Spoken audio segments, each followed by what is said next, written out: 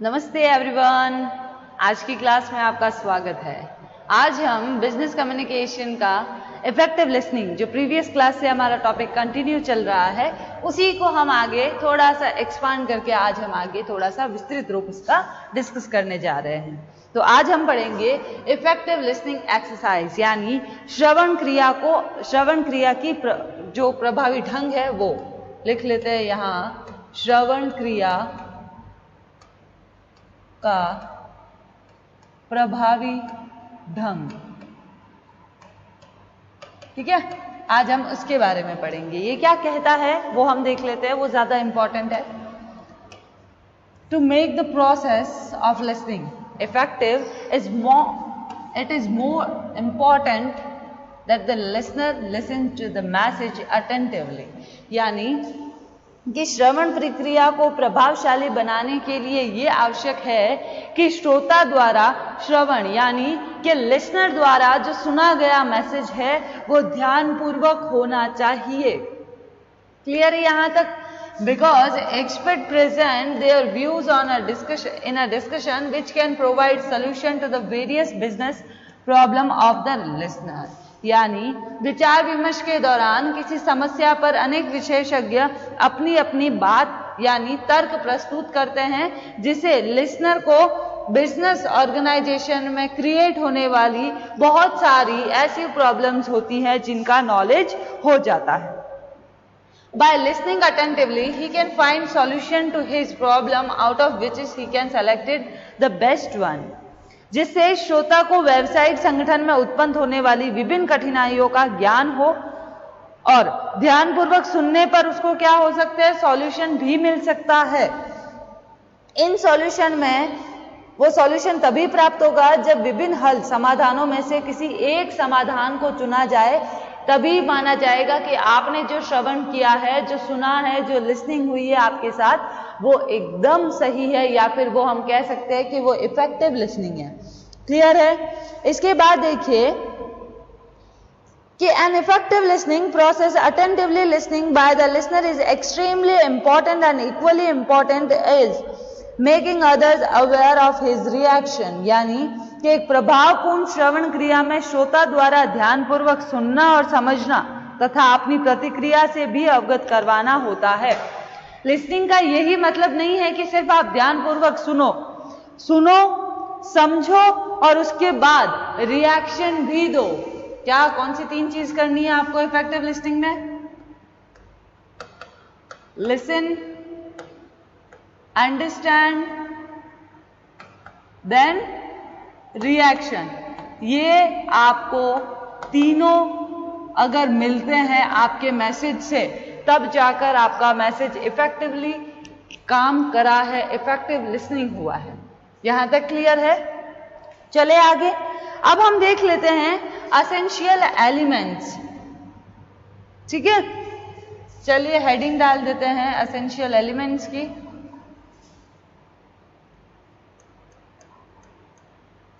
essential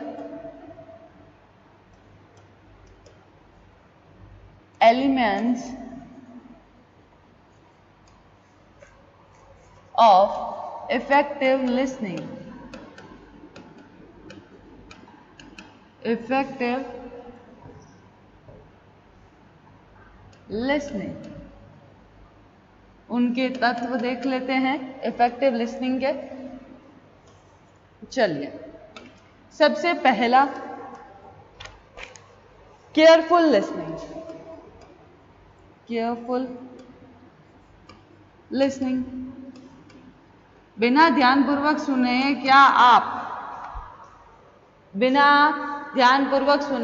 क्या आप message की प्रॉब्लम या फिर मैसेज को समझ पाओगे? नहीं। जब तक हम ध्यान से नहीं सुनते, नहीं समझते, तब तक हम किसी मैसेज का रिप्लाई, रिएक्शन नहीं दे सकते, ठीक है। तो इसके अंदर हम थोड़ा सा डिटेल कर देते हैं। Under the listening process the listener must listen attentively. Listening process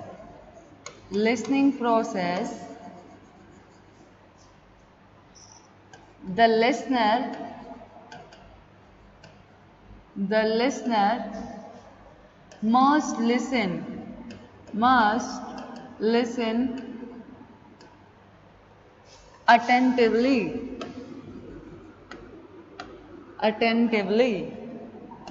ध्यानपूर्वक सुनना चाहिए उसको। सबसे पहला इसका जो प्रभावशाली जो आवश्यक तत्व है वो ये है।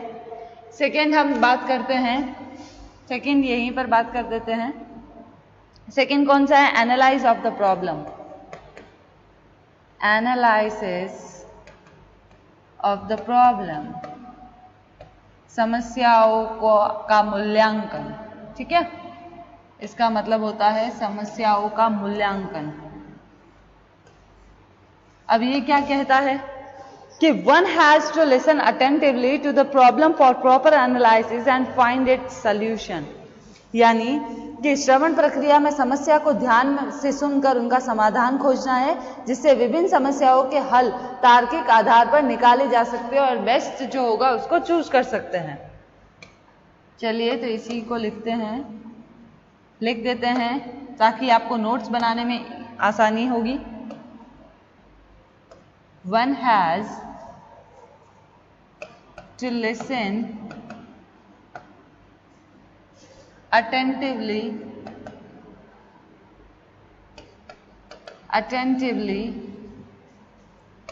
to the problem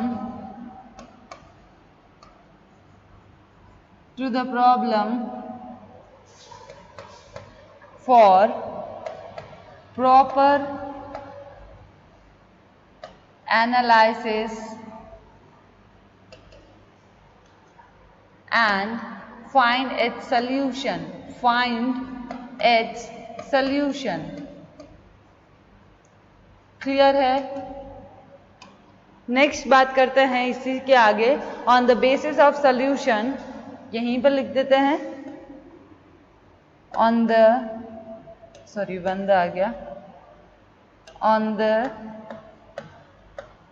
basis of solution are found on logical reasoning and best solution is chosen। of this solution are found on logical reasoning। Clear है? यहां तक समझ आया कि इसके दो एलिमेंट्स अभी हमने बात की है। सबसे पहला है हमारा केयरफुल लिसनिंग, सेकेंड है एनालिसिस ऑफ द प्रॉब्लम। ठीक है, अब हम आगे थर्ड पर बात करते हैं। थर्ड हमारा है इवैल्यूएशन।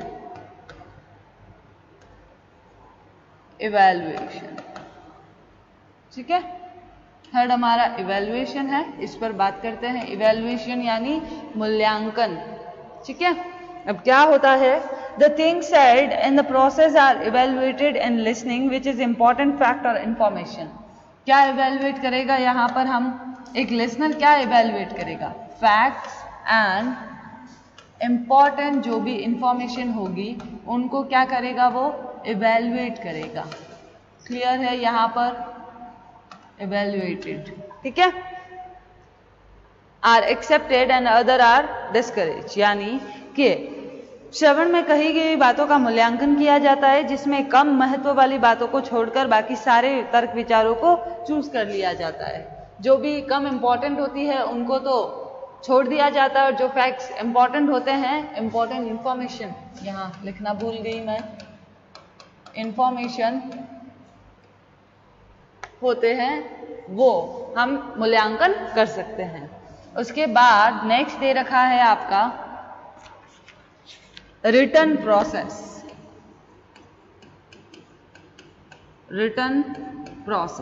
रिटन प्रोसेस यानी लिखित प्रक्रिया। ठीक है, अब लिखित प्रक्रिया के अंदर listening process should be keeped with oneself at the written form so that we may know the decision that have been taken। यानी श्रवण प्रक्रिया को अपने पास लिखित रूप में रखना चाहिए, क्योंकि इसकी प्रक्रिया के लिए निर्णयों के बारे में इससे पता चल सकता है। यानी किस में रखना चाहिए? हमको रिटन फॉर्म में हमको इस प्रोसेस को रखना है। क्लियर है यहाँ पर, यहाँ तक? ठीक है, अब हम बात करते हैं आगे बात करते हैं हमारा फीडबैक पर बात करते हैं। फीडबैक, एक बात बताओ, बिना हम कम्युनिकेशन पढ़ रहे हैं ना, बिजनेस कम्युनिकेशन पढ़ रहे हैं, तो जब हमने कम्युनिकेशन स्टार्ट किया था तब से लगाकर अब तक मैं आपको बता रही हूं कि बिना फीडबैक के कोई भी कम्युनिकेशन, कभी भी कोई भी प्रोसेस कंप्लीट नहीं होती है। ठीक है, तो unless the listener giver his response the process remain incomplete. जब तक क्या लिसनर रिस्पॉन्स नहीं देता है तब तक जो आपकी कम्युनिकेशन की प्रोसेस है वो इनकम्प्लीट मानी जाती है। लिसनर give his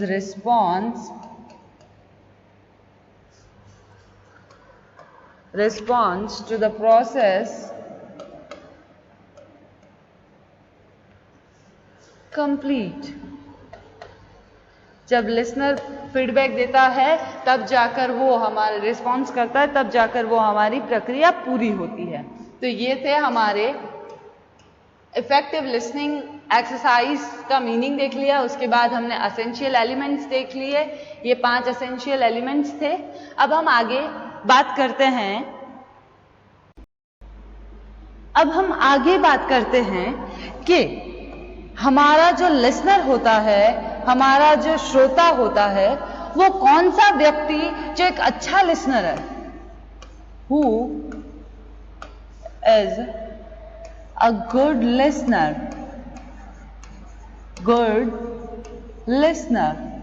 कौन व्यक्ति एक अच्छा श्रोता है, उसके बारे में हम बात करेंगे। ठीक है, तो चलिए देखो, बिना लिसनर के कोई भी लिसनिंग प्रोसेस कंप्लीट नहीं होती है। लिसनर तो बहुत, आपको ग्रुप में जितने भी आपके स्पीच को, आपके मैसेज को सुन रहे हैं, वो सारे आपके लिए क्या होंगे? लिसनर होंगे। पर एक अच्छा श्रोता वही होता है जिनमें हम अभी जिन कैरेक्टरिस्टिक्स के बारे में बात करेंगे, जिनमें वो सारी कैरेक्टरिस्टिक्स है, इसका मतलब वो क्या है? एक अच्छा श्रोता है। क्लियर है? चलिए उन कैरेक्टरिस्टिक्स के बारे में बात करते हैं। सबसे पहला, he should listen to speaker carefully। he should listen to the speaker carefully। जो स्पीकर, जो वक्ता को ध्यानपूर्वक सुने, सबसे पहली कैरेक्टरिस्टिक्स वो होता है हमारा गुड लिसनर। सेकेंड है हमारी, for effective listening it is important that the listener is a good retention power. Listener has a good retention power. एक अच्छी अवधारणा क्षमता होनी जरूरी है, क्योंकि अगर लिसनर ध्यानपूर्वक सुन रहा है, कंसंट्रेशन के साथ सुन रहा है, उसकी बात आपको समझ भी आ रही है, पर अगर उसे मैसेज को ज्यादा टाइम तक याद रखने की क्षमता नहीं है, या फिर वो मैसेज को भूल जाता है, तो वो एक अच्छा श्रोता नहीं माना जा सकता। फिर नेक्स्ट हम बात करते हैं, he should evaluate the message only after listening to the complete। he should evaluate the message after complete,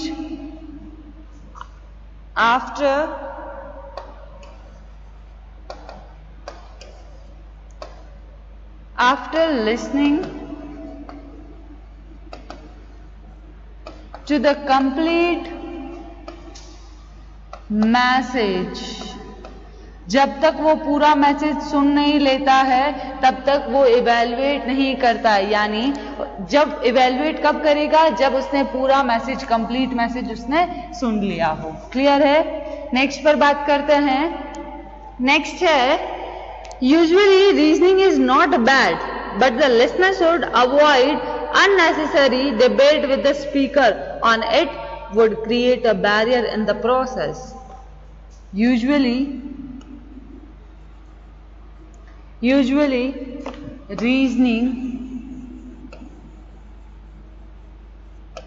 reasoning is not bad, but the listener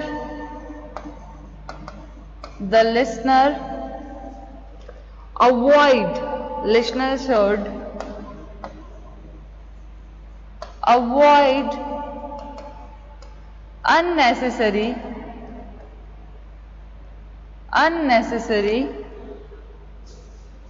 debate with the speaker.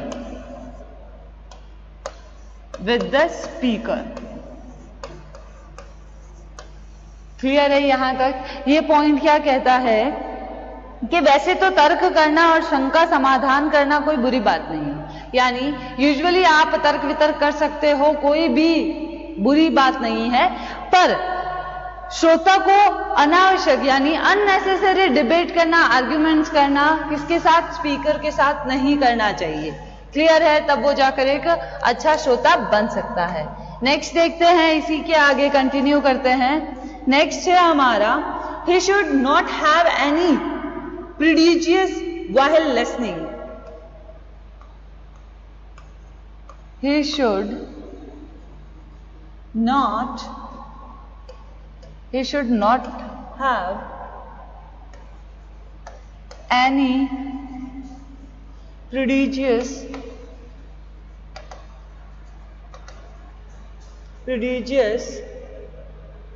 while listening.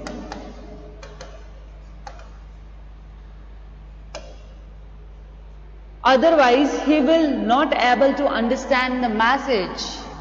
Otherwise,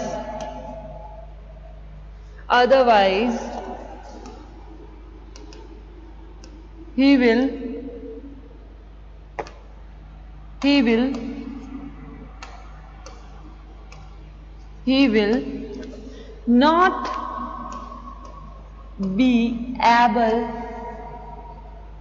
not be able to understand the message.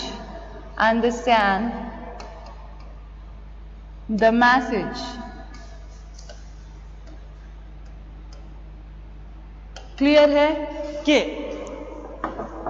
संदेश को जब श्रोता सुनता है तो मन में किसी भी प्रकार का पूर्वाग्रह नहीं रखना चाहिए, इससे वह संदेश को उसके सही रूप में समझ पाएगा। अगर उसके मन में पहले से कोई ऐसा कुछ भी उसने प्रिडिक्ट नहीं किया है कि यह मैसेज या इस तरह का हो सकता है, तब वो क्या कर सकता है? वो अच्छे से समझ सकता है। Next one is, the listener should maintain eye contact with the speaker. The listener should maintain, एक श्रोता को स्पीकर से अपने आई कांटेक्ट बनाए रखने चाहिए। Listener should maintain eye contact with the speaker while listening. ठीक है? नेक्स्ट है आपका, the listener should look for such points which are common interest. Listener should look for such common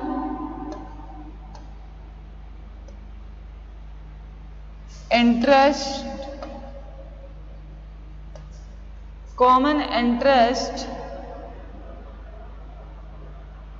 which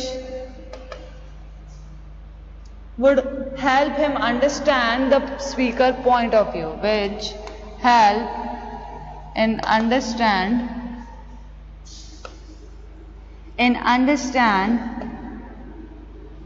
the speaker's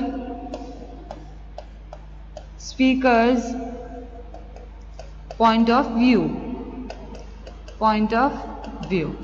clear है यहां तक? अब हम आगे बात करते हैं नेक्स्ट हमारा क्या कहता है, द लिसनर, अब नेक्स्ट है हमारा the listener should test the reality and accuracy of the message, यानी test the reliability and accuracy। Listener जो होता है वो हमारी विश्वसनीयता और सत्यता संदेश की उसकी जांच करे ताकि उसका विश्वास बढ़ सके।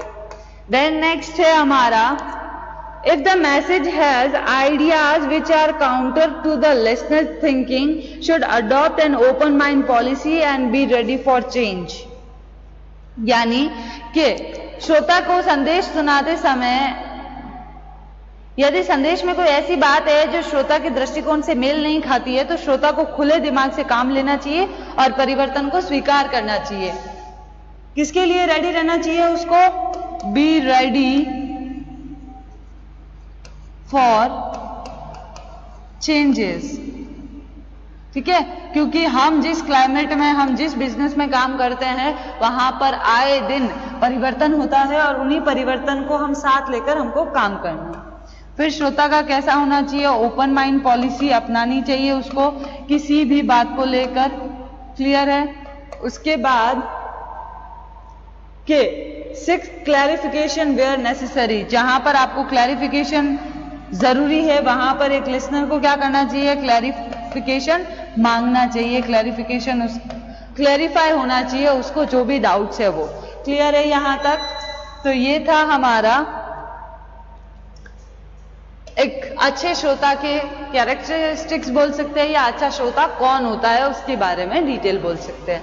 ठीक है, यहां तक। तो आज की क्लास हमारी यहीं खत्म होती है और हमारा जो इफेक्टिव लिसनिंग का जो टॉपिक है वो यही हम खत्म करते हैं। इफेक्टिव लिसनिंग में हमने बहुत सारे वीडियोस देख लिए हैं, बना लिए हैं, पढ़ लिए हैं। अब हम नेक्स्ट जो बात करेंगे वो हमारी बात करेंगे, हम नेक्स्ट दूसरा कोई इंटरेस्टिंग टॉपिक लेंगे जिसमें हम नेक्स्ट ले सकते हैं हमारा रिपोर्ट राइटिंग। रिपोर्ट कैसे लिखते हैं वो हम नेक्स्ट क्लास में डिस्कस करेंगे। क्लियर है यहां तक? Thank you. आज की क्लास